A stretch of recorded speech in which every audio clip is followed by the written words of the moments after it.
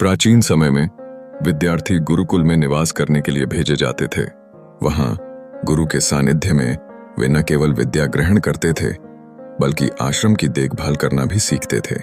यह एक अनुशासित जीवन था जिसमें शिक्षा और सेवा का समावेश होता था। गुरुकुल का वातावरण ज्ञानार्जन के लिए अत्यंत उपयुक्त होता था और विद्यार्थियों का मुख्य उद्देश्य विद्या का अध्ययन करना तथा गुरु के प्रति श्रद्धा बनाए रखना होता था।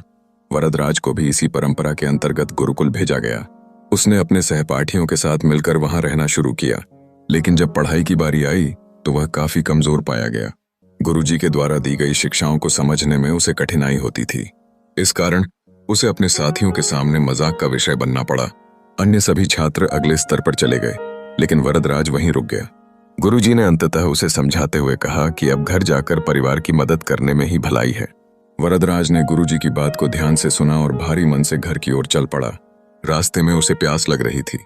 उसने कुछ दूरी पर कुएं के पास महिलाओं को पानी भरते देखा। जब उसने वहां बने पत्थरों पर रस्सी के निशान देखे तो उसने एक महिला से पूछ लिया कि ये निशान कैसे बने। महिला ने उत्तर दिया कि यह रस्सी के बार बार आने जाने से पत्थर पर बन गए हैं।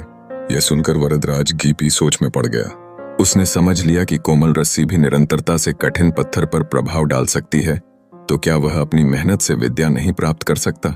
यह विचार उसे प्रेरित करने के लिए काफी था। वरदराज तत्परता और उत्साह के साथ वापस गुरुकुल लौट आया। उसने अभ्यास करने की ठानी और गुरुजी ने उसका हौसला बढ़ाया। उसकी मेहनत रंग लाई और कुछ वर्षों बाद वरदराज संस्कृत व्याकरण के महान विद्वान बन गए। उन्होंने कई महत्वपूर्ण ग्रंथों की रचना की जिन्होंने संस्कृत साहित्य में एक विशेष स्थान बनाया। इस कहानी का मुख्य नैतिक ये है कि अभ्यास की शक्ति अपार होती है। चाहे वह खेल हो, पढ़ाई हो या और कोई कार्य, निरंतर अभ्यास से ही सफलता प्राप्त होती है। किस्मत पर भरोसा करने से सफलता नहीं मिलेगी, बल्कि अभ्यास, धैर्य और मेहनत से ही मंजिल प्राप्त की जा सकती है। असफलताओं से घबराना नहीं चाहिए, बल्कि उन्हें समझकर और मेहनत करने से आगे बढ़ना चाहिए।